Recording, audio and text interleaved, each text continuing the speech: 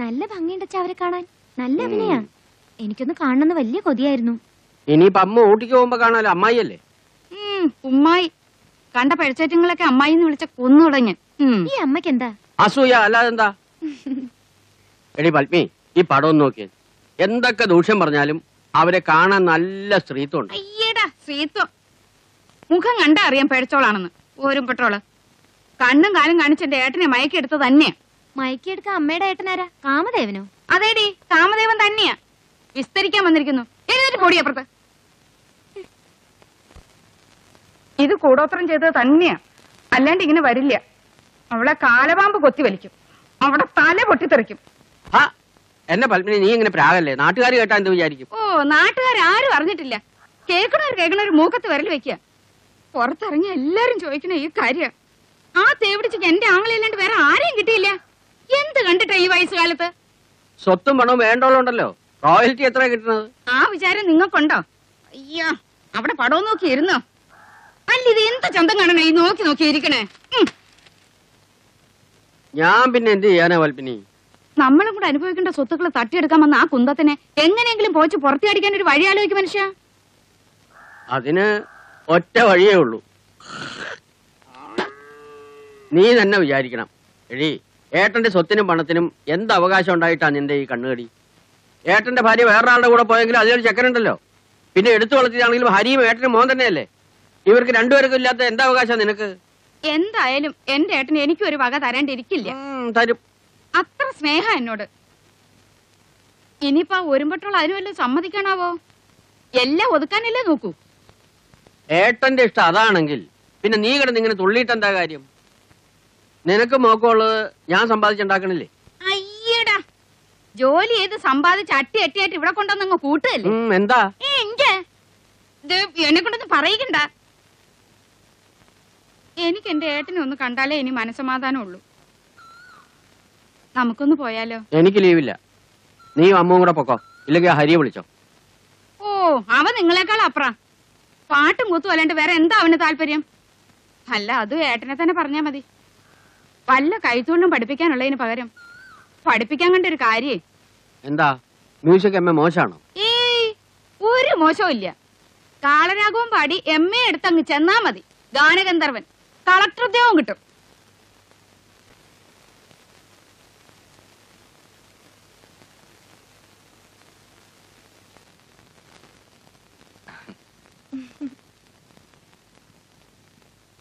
നിന്നോട് ഇവിടെ വരരുതെന്ന് ഞാൻ പറഞ്ഞിട്ടില്ലേ? ഇത് ആൺകുട്ടികൾ മാത്രം താമസിക്കുന്ന വീടാ. എന്നാ രണ്ട് പെൺകുട്ടികളെയും കൊണ്ടുവന്ന് താമസിപ്പിക്കേ. നീ എന്തിനാ പെണ്ണ് വന്നത്? കഴുത. ഇങ്ങേരുടെ തൊള്ള ഉറക്കല് കേട്ട കഴുതയല്ലാതെ ബുദ്ധിയുള്ള വേറെ ഏതെങ്കിലും മൃഗം വരുമോ? ഓ, എൻ.എസ്. അനന്തപത്മനാഭൻ സാറിന് ഇത്ര കലാബോധമില്ലാത്തൊരു മരുമോൾ ഉണ്ടായാലും എന്റെ ഈശ്വരാ. ആ, നിന്റെ അമ്മയെ പോലെ ഒരു പെങ്ങളുണ്ടാവാങ്കി പിന്നെ ഒരു അനന്തരവൾ ഉണ്ടാകാന വിഷമം. അറിഞ്ഞില്ലേ അമ്മാമ്മ പെണ്ണ് കെട്ടിയത്? നിനക്ക് വേറെ വല്ല ജോലിയുണ്ടോ? കണ്ട സിനിമാ വാരികളൊക്കെ ഗോസിപ്പ് പോന്നു വെച്ച് അതൊന്നും സത്യമാണെന്നില്ല. സത്യമാണെന്ന് ഞാൻ പ്രാർത്ഥിക്കണേ. എനിക്ക് അവരെ അത്ര ഇഷ്ടാ. സുധയുടെ ഒരു ഫാനാ ഞാൻ. എന്ത് സുധയ? അയ്യടാ, സംഗതി സത്യമാണെങ്കിലേ അമ്മായിയാ, സുധാ അമ്മായി. അപ്പൊ ഹരിയേട്ടൻ എന്താ വിളിക്കാ? അമ്മാമ്മേ സാറെന്നല്ലേ വിളിക്കണേ? അപ്പൊ മാഡം സാറെന്നാ വിളിക്കുന്നെങ്കിലും മനസ്സിൽ അച്ഛന്ന. ആ കണക്കിന് അവരമ്മേന്ന് വിളിക്കാം. അയ്യോ, അത് വേണ്ട. അവർക്കത്ര പ്രായമൊന്നുമില്ല. കൂടി വന്ന ഒരു 30. ചേച്ചിന്ന് വിളിക്കാം. അല്ലെങ്കിൽ വേണ്ട, അമ്മായിന്ന് വിളിച്ചാ മതി. അപ്പൊ ഭാവിയിലും പ്രശ്നം ഉണ്ടാവില്ല. ഭാവിയിലെ പ്രശ്നോ? എന്ത് പ്രശ്നം? ഞാൻ അമ്മായിന്ന് വിളിക്കുമ്പോ ഹരിയേട്ടൻ എങ്ങനെ ചേച്ചിന്ന് വിളിക്കാ? നമ്മുടെ ഭാര്യയും ഭർത്താവും അമ്മായിന്ന് എന്നെ വിളിച്ചാ മതി. ഭാര്യയും ഭർത്താവോ? ആര്? നമ്മള് രണ്ടാളും. അത് നീ അങ്ങ് നിശ്ചയിച്ചാ മതിയോ? ഞാന് ഒരു കലാകാരനാ.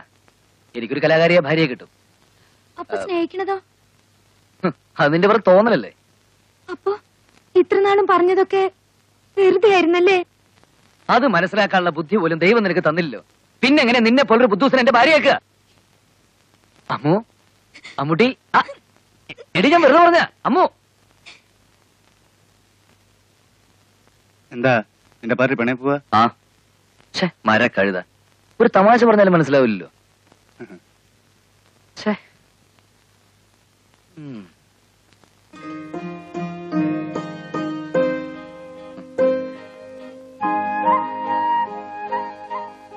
ഇയാളിനി എന്നാടോ ഊട്ടിക്ക്? പരീക്ഷ കഴിഞ്ഞിട്ടുള്ളൂ. അതിനി അധികം ദിവസം ഇല്ലല്ലോ. കൊട ഞാനൊന്ന് എടുക്കാം. സൂക്ഷിച്ചോണം. ഞങ്ങൾ ഇറങ്ങാം. നീ അവിടെ ചെന്ന് അംഗം വിട്ടൊന്നും വേണ്ട. ചെന്ന് പരിചയപ്പെട്ട് സന്തോഷമായിട്ട് തിരിച്ചു പോരുക. അല്ലേ ഹരി? ഇതുവരെ ജീവിതത്തിൽ ഒരിക്കലും സാറിന് സുഖം കിട്ടിയിട്ടില്ല.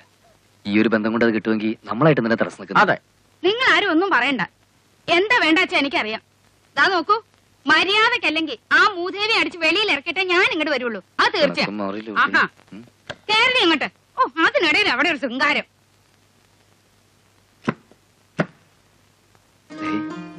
ഭാവിയിൽ നമുക്ക് രണ്ടുപേർക്കും കുഴപ്പം വരാത്ത രീതിയിലാണ് അവിടെ ചെന്ന് വിളിക്കാൻ. മനസ്സിലായ? ഹരി എന്താ പറഞ്ഞത്? ഏയ് ഒന്നുമില്ല, ഊട്ടി ചെന്നിട്ടുള്ള കാര്യങ്ങൾ ഇങ്ങനെ. ആഹാ. എന്നാ ഇനിയിപ്പോ വൈകിക്കണ്ട, പുറപ്പെട്ടോ.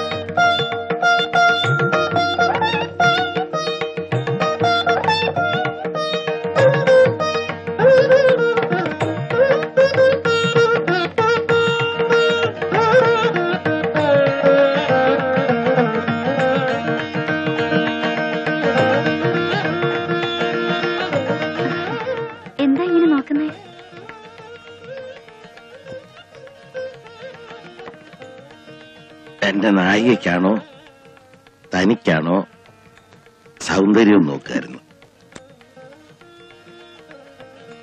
എന്നിട്ട് ആർക്കാണെന്ന് തോന്നി? തനിക്ക് തന്നെ. നെരൂദയുടെ ഒരു പ്രണയഗീതമുണ്ട്. നിന്റെ ശരീരം വെളുത്ത കുന്നുകൾ പോലെ എന്നെ കീഴടക്കിയ ലോകം പോലെ കാണപ്പെടുന്നു.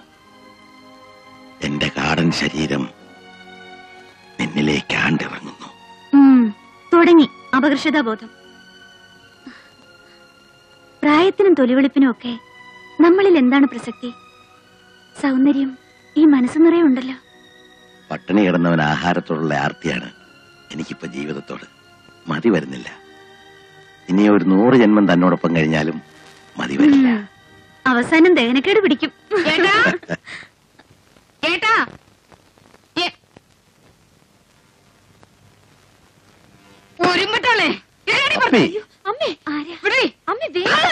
ആരാണെന്നോ നിനക്കെന്നെ മനസ്സിലായില്ലടി? ഓട്ടക്കാരി, അവളൊരു മായാമോഹിനി. വിടിയേട്ടെ, ഇത്രയും കാലം എന്റെ ഏട്ടൻ ഇതുപോലൊരു പേരുദോഷം കേൾപ്പിച്ചിട്ടില്ല. എന്റെ മുമ്പ് ഇത് എന്റെ ആങ്ങളെ വശീകരിച്ചെടുത്ത് തറവാട്ടമ്മ ചമഞ്ഞ് നിൽക്കുന്നവള് നിന്നെ എന്നോട് വഴിക്കത്തില്ല.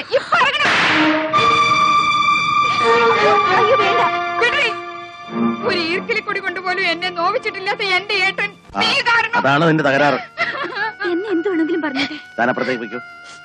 പറഞ്ഞു കേട്ടില്ലേ? ഏട്ടൻ ഇങ്ങനെ മാറിപ്പോകുന്ന ഞാൻ സ്വപ്നത്തിൽ പോലും കരുതിയില്ല. എന്നാ ഇനി കരുതിക്കോ. ഏട്ടൻ എന്നെക്കാളും വലുതാണ്. ആ വലിഞ്ഞു കയറി വന്ന പപ്പി, വാക്കുകൾ സൂക്ഷിച്ചുപയോഗിക്കണം. മറ്റാരെക്കാളും എന്തിനേക്കാളും എനിക്ക് പ്രിയപ്പെട്ടവളാണ് സുധ. എന്റെ ഭഗവാനെ, ഇതാ എന്തിനവളുടെ കൈവശം തന്നെയാ. ആർക്കും എങ്ങനെയും വിചാരിക്കാം. കൈവശമെന്നോ ഭ്രാന്തെന്നോ എന്തും എനിക്ക് വിരോധമില്ല. ആരെതിർത്താൽ ഈ ബന്ധം ഞാൻ ഉപേക്ഷിക്കില്ല. എന്നോട് നിനക്ക് ഇഷ്ടമുണ്ടെങ്കിൽ എന്റെ സന്തോഷത്തിൽ പങ്കുചേരാം. വയ്യെങ്കിൽ ബുദ്ധിമുട്ടുണ്ടാക്കാതെ ഉടനെ തിരിച്ചു പോവാം.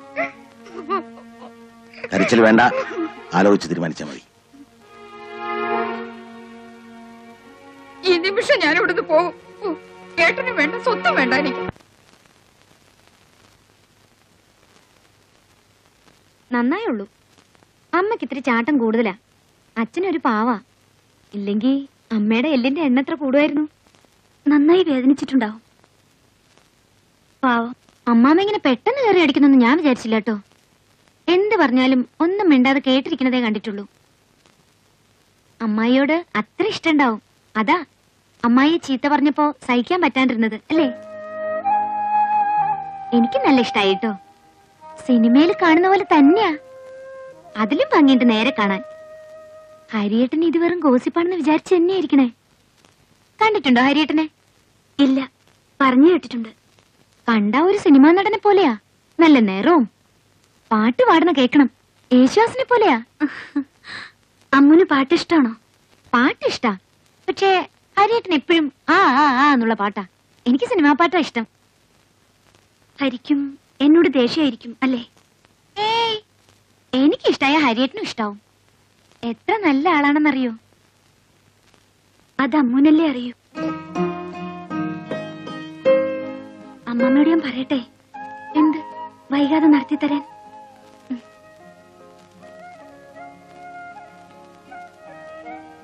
ഇന്ന് ആർക്കൂടെ അത്താഴം വേണ്ടേ? അനിയത്തിയുടെ പിണക്കം മാറിയോ? പറയാനുള്ളതൊക്കെ ഞാൻ പറഞ്ഞിട്ടുണ്ട്. മനസ്സിലാക്കാൻ പറ്റുമെങ്കിൽ മനസ്സിലാക്കട്ടെ. അമ്മയുടെ പിണക്കോ ഇണക്കൊക്കെ അമ്മാമ്മയ്ക്ക് അറിഞ്ഞൂടെ? ഇതൊക്കെ 1 മിനിറ്റ് കൊണ്ട് മാറും. അമ്മായി വന്നേ. ഇനിയും നിന്റെ അമ്മയുടെ ചീത്ത കേൾപ്പിക്കാനാ? ഒന്നുമല്ല, അമ്മായി ഞാൻ പറഞ്ഞ പോലെ നിന്നാ മതി.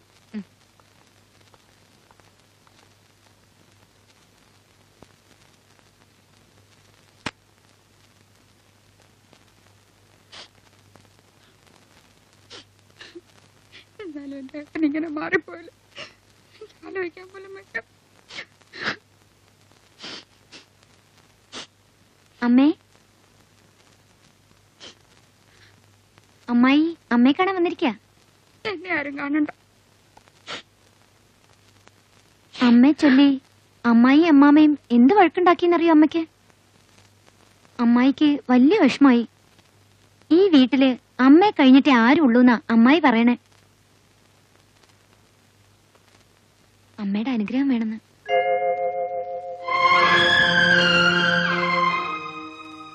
ഓ, എന്റെ അനുഗ്രഹം അനുവാദമൊക്കെ ആർക്ക് വേണം? എനിക്ക് വേണം.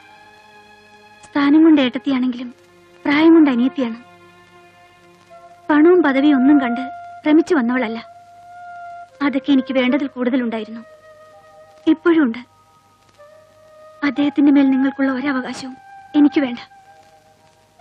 നിങ്ങൾ ആരും എന്നെ വെറുക്കരുത്.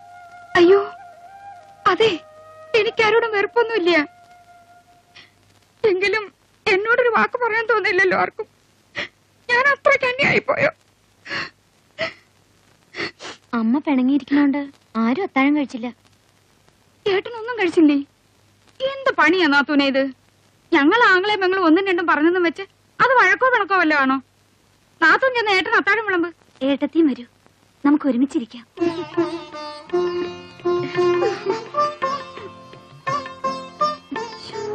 എനിക്ക് വയ്യ. ഈ നാത്തൂനെ കൊണ്ട് ഞാൻ തോറ്റു. പോയി വിളമ്പു. എന്താടി ഒരു കിണി വരും നാത്തൂന്. നാത്തൂനും ഏട്ടനും കൂടെ എന്നാ തറവാട്ടിലേക്ക്? പരീക്ഷയൊക്കെ കഴിഞ്ഞില്ലേ? ഇനി എന്നാ ഊട്ടിക്ക് പോണം. ഇനിയിപ്പോ ഞാൻ ഒരു അധികപ്പറ്റാവുന്ന എന്റെ സംശയം. അധികപ്പറ്റോ? എന്താ അങ്ങനെ തോന്നാൻ? ഏയ് ഒന്നുമില്ല, ഞാൻ വെറുതെ പറഞ്ഞ. ഒരു കാർ ഇങ്ങോട്ടാണെന്ന് തോന്നുന്നുണ്ടല്ലോ. അതെ അതെ അതെ, ഇങ്ങോട്ട് തന്നെ. അംഗം ജയിച്ച വരവാണെന്ന് തോന്നുന്നു.